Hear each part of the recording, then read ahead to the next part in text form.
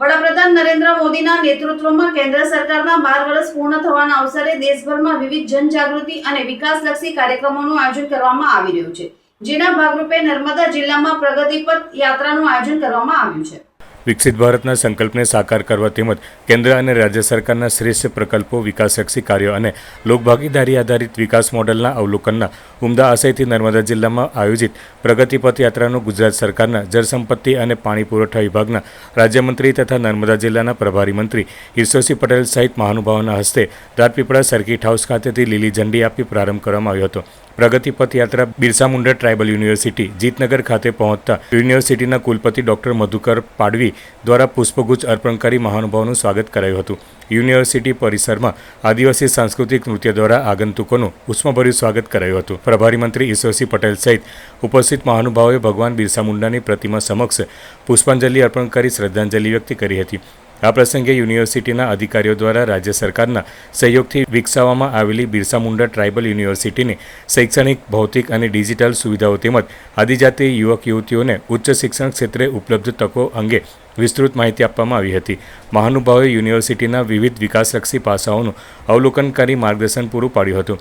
University campus ખાતે એક pad માં કે નામ અભિયાન 3.0 અંતર્ગત પ્રભારી મંત્રી ઈશ્વરસિંહ પટેલ, સાંસદ મનસુખભાઈ વસાવા, ધારાસભ્ય ડોક્ટર દશાબેન દેશમુખ તથા જિલ્લા કલેક્ટર ગંગાસિંહના હસ્તે વૃક્ષારોપણ કરાયું હતું। નર્મદા જિલ્લાના પ્રભારી મંત્રી ઈશ્વરસિંહ પટેલ, સાંસદ મનસુખભાઈ વસાવા, ધારાસભ્ય ડોક્ટર દશાબેન દેશમુખ, રાજપીપળા સહિતના મહાનુભાવોએ સ્ટેચ્યુ ઓફ યુનિટીની ઇલેક્ટ્રિક બસ મારફતે એકતાનગર સ્થિત સરદાર સરોવર નર્મદા ડેમ ખાતે પહોંચ્યા હતા।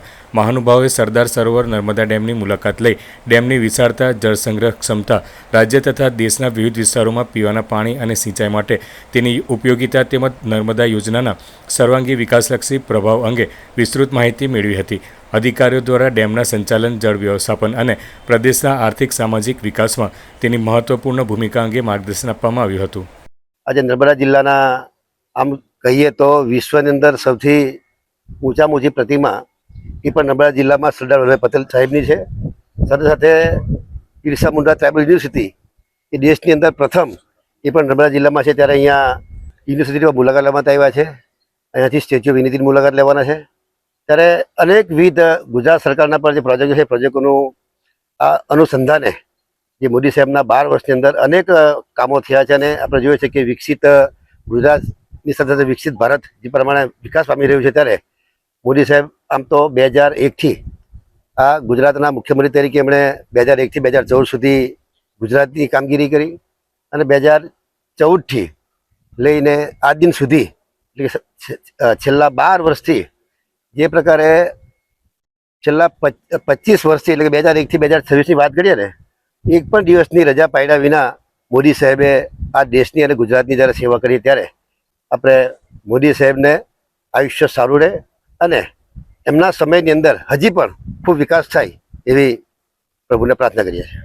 આજે આખા દેશ ને ગુજરાતની અંદર પ્રગતિ પથ ની યાત્રા નીકળી રહી છે અને જે દેશની અંદર ને રાજ્યની અંદર રાજ્ય સરકાર ને ભારત સરકારના સહયોગથી જે મોટા મોટા પ્રોજેક્ટો નિર્માણ પામ્યા છે અને સમાજને જે ભેટ દે, રાષ્ટ્રને ભેટ દે છે, એવા મોટા મોટા સ્થળોની આજે નર્મદા જિલ્લામાં પણ અમારા પ્રભારી મંત્રી, રાજ્ય સરકારના મંત્રીની નેતૃત્વમાં આજે પ્રગતિપથનો આજે અમારે પ્રવાસ છે।